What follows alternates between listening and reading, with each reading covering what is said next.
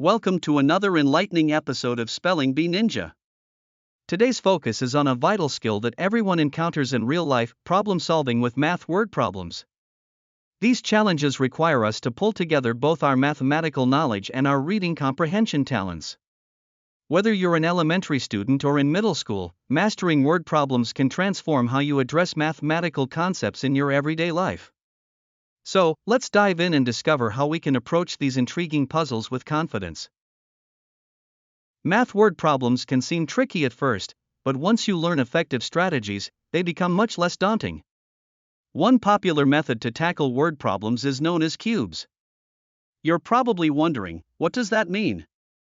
Well, let's break it down. First, C stands for circle the numbers. This helps you identify the important quantities in the problem. Next, U means underline the question, which is crucial because it shows us exactly what we need to find. Then, B signifies box the key math words. These words, like total, difference, or per, give us clues on which mathematical operations to use. After that, we have E for eliminate unnecessary information. This helps to clear away distractions that can confuse us. Finally, S stands for solve and check. This last step reminds us to verify our answer to ensure it makes sense. Can you see how understanding each part of cubes can guide your problem-solving journey? Each step directly supports your ability to read the problem thoroughly and comprehend what it's asking. Now, let's dive into the specifics of the language used in word problems. Each operation in math has keywords associated with it that signal what you need to do. For instance, when you're faced with a word problem that involves addition, keep an eye out for terms like total, sum, altogether, and more than. These words indicate that you should combine quantities. Conversely, if subtraction is what's needed, look for words such as difference, how many more, or remaining. Let's consider a quick example. Sarah had 45 stickers and gave 12 to a friend. The word left gives you a clear hint about the operation needed here. It indicates you'll be using subtraction to find out how many stickers Sarah has after giving some away. Furthermore, multiplication and division come with their own set of crucial keywords as well. When you see words like product, times, and each, these point towards multiplication. For division, you're looking for keywords such as quotient, divided by, or split equally. Here's another scenario we can use. A bakery bakes 24 muffins and puts them into boxes that hold 6 muffins each. The word each tells us to apply division. So intuitively, we would divide the total number of muffins by how many fit in one box to find out how many boxes are necessary. Many word problems can require more than one step to solve successfully.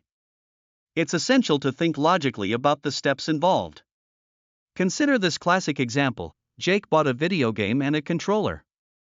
He used a $100 bill to pay. To figure out how much change he received, you need to perform two steps here. The first step would be to add the prices of the video game and controller together, and the second step is subtracting that total from the $100 bill. It's important to understand the order of operations in these multi-step problems as they can lead you to the correct answer. Another important type of word problem to understand revolves around the distance-rate-time relationship, which is essential in real-world situations. You might remember the formula distance equals rate times time, often simply written as d equals rt. Essentially, this means if you know your speed, or how fast you are going, and the time you have been traveling, you can calculate the distance. For instance, if you drive at 55 miles per hour for 3 hours, the question becomes how far did you travel? By multiplying the rate of 55 by the time of 3, you would find that you traveled 165 miles.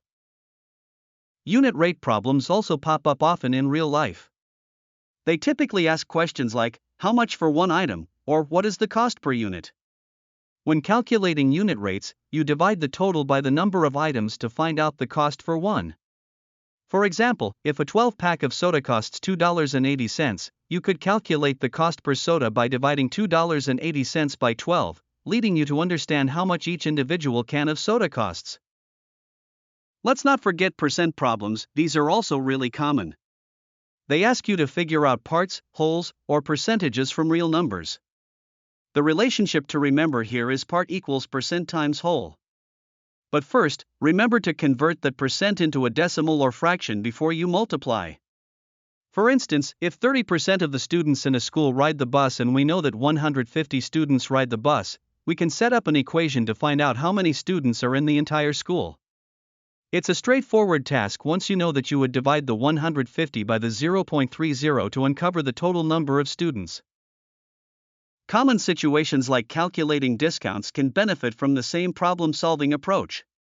When a store advertises a 20% off sale, and a jacket originally costs $50, you first want to calculate the discount, which means finding 20% of 50. Next, you subtract that discount from the original price to find the sale price. It's a two-step process, but with practice, these steps can become second nature. Lastly, geometry word problems often require us to calculate either perimeter or area. For example, if you have a rectangular garden measuring 15 feet long and 10 feet wide, the problem might ask how much fencing is required around the garden. This invites us to find the perimeter, which is adding up all the sides. Remember that understanding whether a problem is asking for area or perimeter is vital to solving it. By reading carefully and identifying the keywords, you can determine what calculation needs to happen.